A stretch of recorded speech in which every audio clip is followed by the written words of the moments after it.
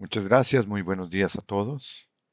Cada año cuando nos reunimos para la Pascua y los días de panes sin levadura, recordamos la necesidad de eliminar completamente de nuestro carácter y naturaleza el pecado como forma de vida. Esto lo logramos deconstruyendo la estructura espiritual que fue erigida antes de que Dios nos llamara a salir de esta era.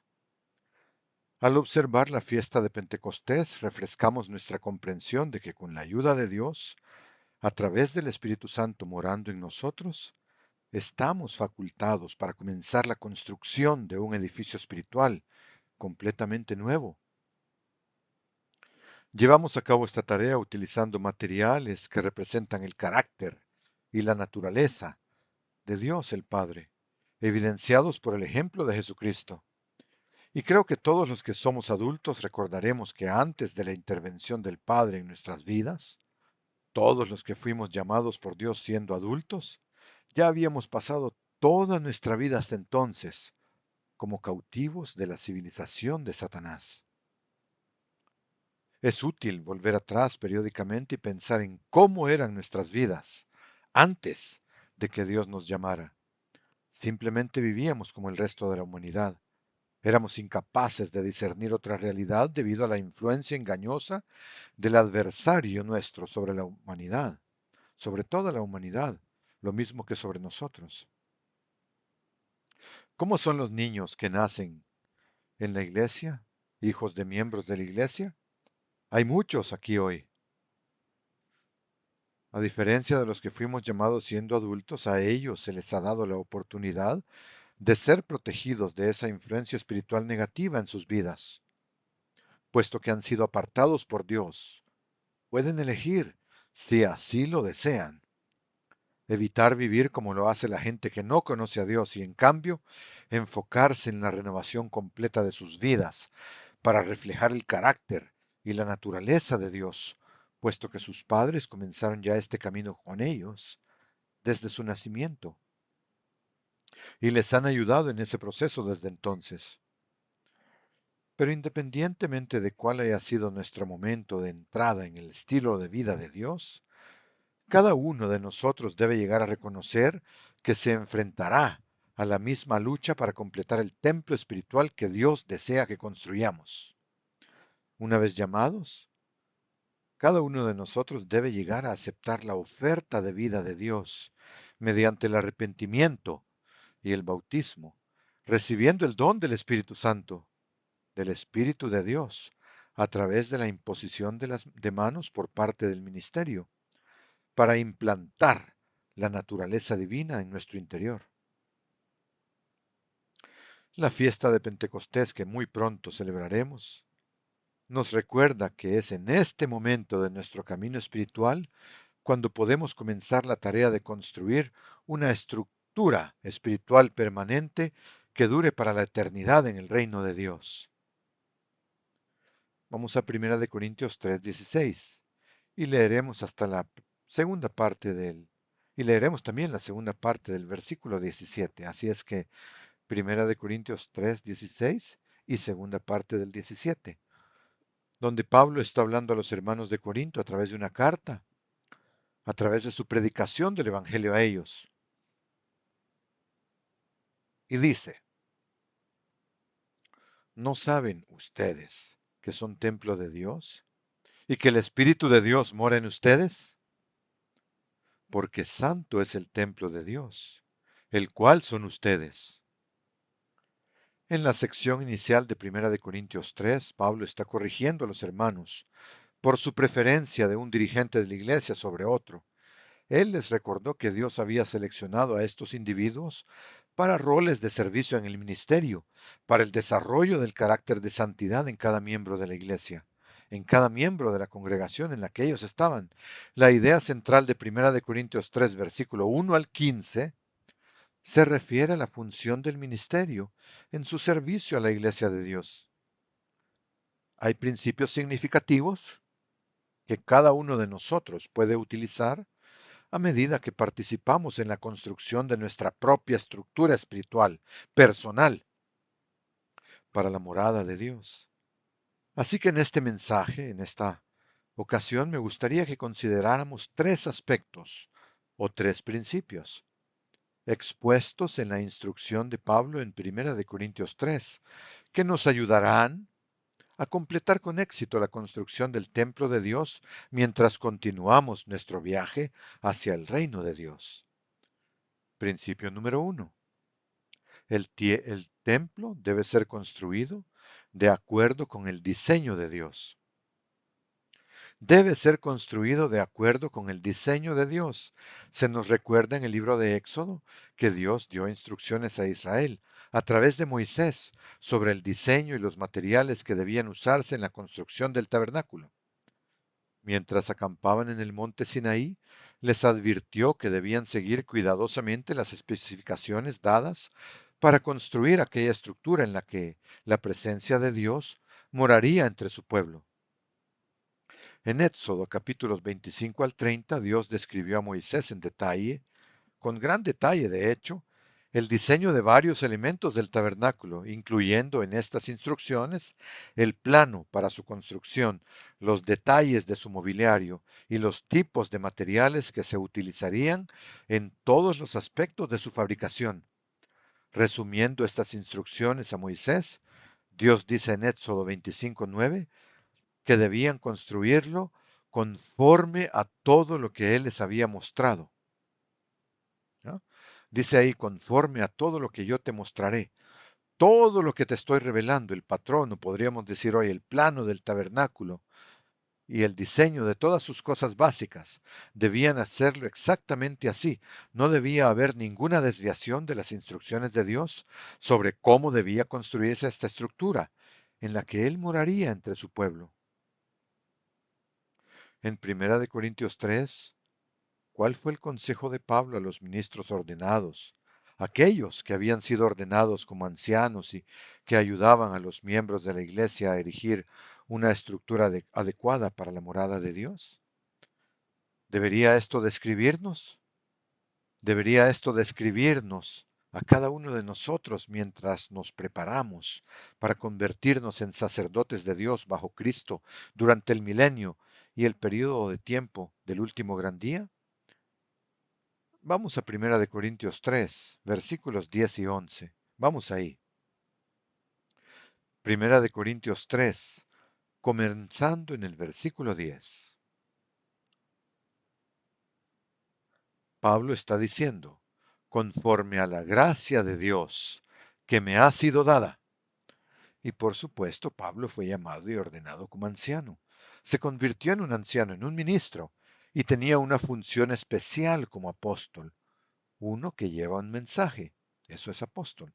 Y en este caso, ese mensaje era el mensaje del Evangelio a los gentiles.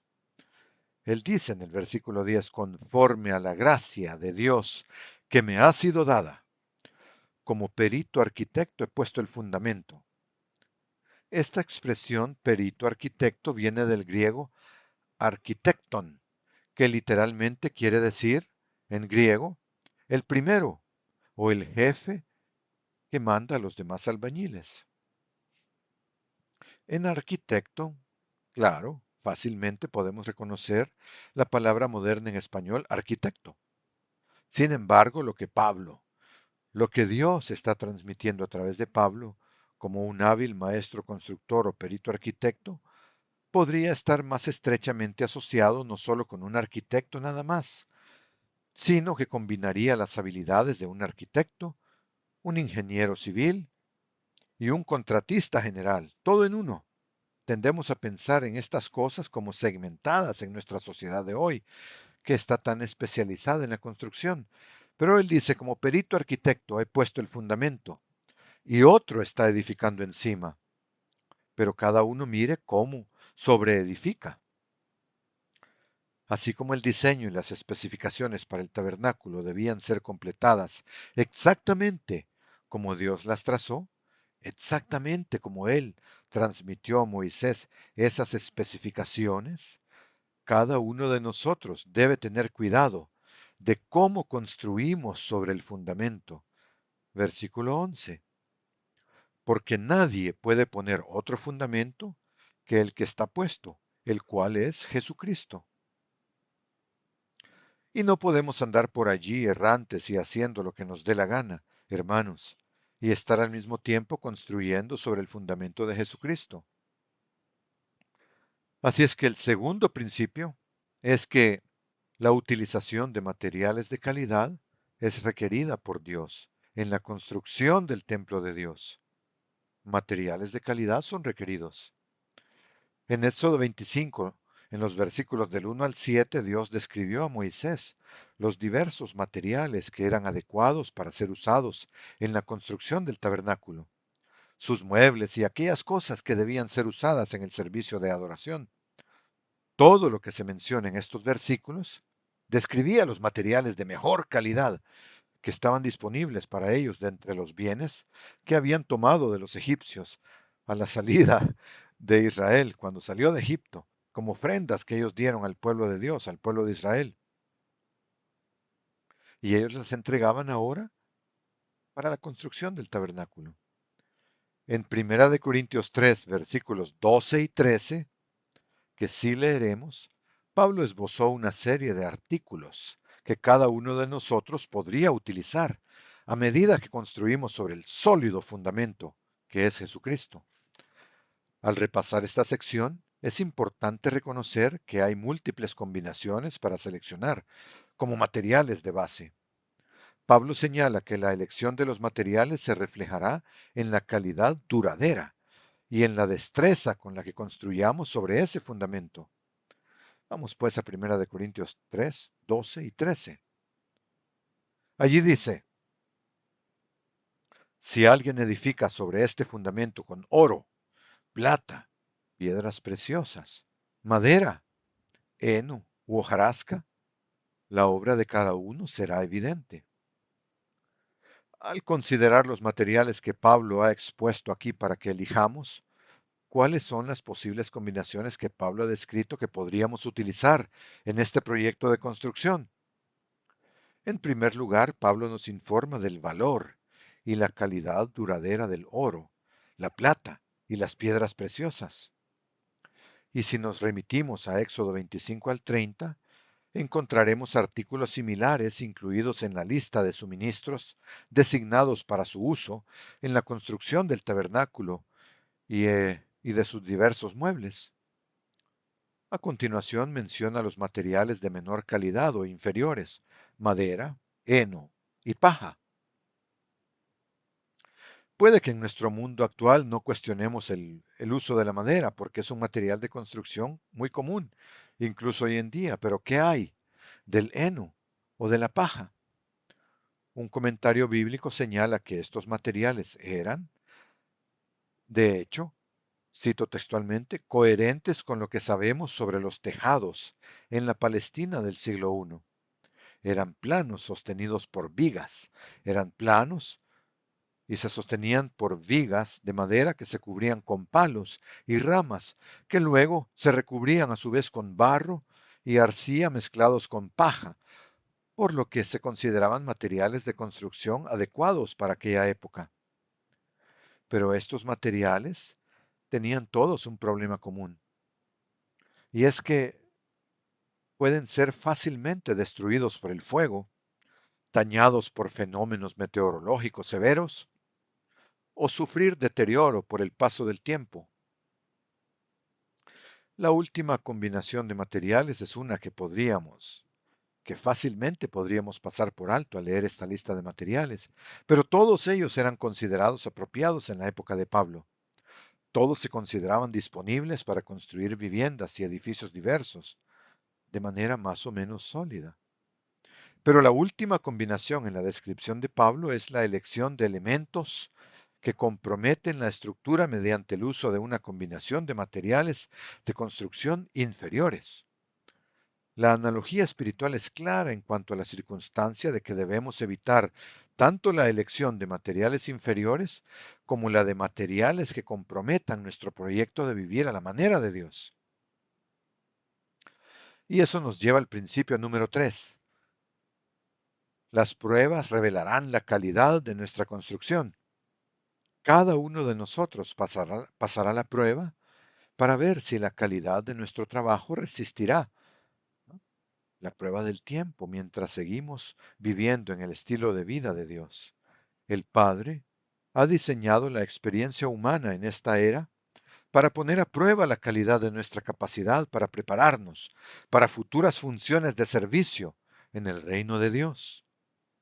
La estabilidad de la estructura que estamos erigiendo debe construirse sobre una base sólida. Hemos explicado que debemos utilizar materiales de la más alta calidad en todos los componentes. En 1 Corintios 3:13, Pablo señala que si hay un defecto en cualquier parte de la construcción del templo de Dios, éste tiene el potencial de causar un colapso de toda la estructura. Y advierte a cada uno de nosotros que la obra de cada uno, dice el versículo 13, será evidente, pues el día la dejará manifiesta, porque por el fuego será revelada, y a la obra de cada uno, sea la que sea, el fuego la probará. Ahora, en la nueva versión de la Biblia en inglés, ahí aparece una D mayúscula. En algunas otras traducciones aparece eso también y algunas tendrán una D minúscula. Los traductores de la nueva versión de la Biblia en inglés pensaron en sus traducciones que esta referencia a día se refería al día del juicio. Pero otros traductores, mirando alrededor de los otros usos de la palabra griega para día, han llegado a la conclusión de que significa durante un período de tiempo o día a día. Y creo que es probablemente el mejor significado aquí para el trabajo de cada constructor. Se verá claramente en el día, este día a día, en que Dios nos ha llamado a vivir a lo largo de nuestras vidas humanas, que la prueba hará claro qué calidad de materiales estamos usando, porque será revelado por la prueba y las pruebas de la vida a las que nos enfrentamos a medida que avanzamos en la vida. Así que en este mensaje hemos descubierto que para construir exitosamente el templo de Dios en nosotros, el templo de Dios que somos nosotros, este debe ser completado de acuerdo con el diseño de Dios, o exactamente de acuerdo con el diseño de Dios. Esto requerirá que utilicemos solo aquellos materiales que reflejen la calidad del carácter y la naturaleza del Padre. Finalmente, se requerirán pruebas para revelar fallas que tengan el potencial de que esa estructura espiritual falle. Necesitamos, necesitamos que nuestro templo sea probado. Para concluir este mensaje, regresemos a 1 Corintios 3, versículos 10 y 11, y esta vez me gustaría leerlo de la versión La Palabra de Dios para Todos.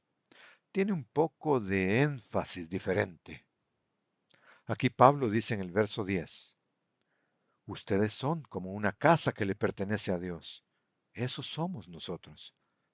Versículo 10, yo senté las bases de esa casa como un hábil constructor, gracias al don que Dios me dio.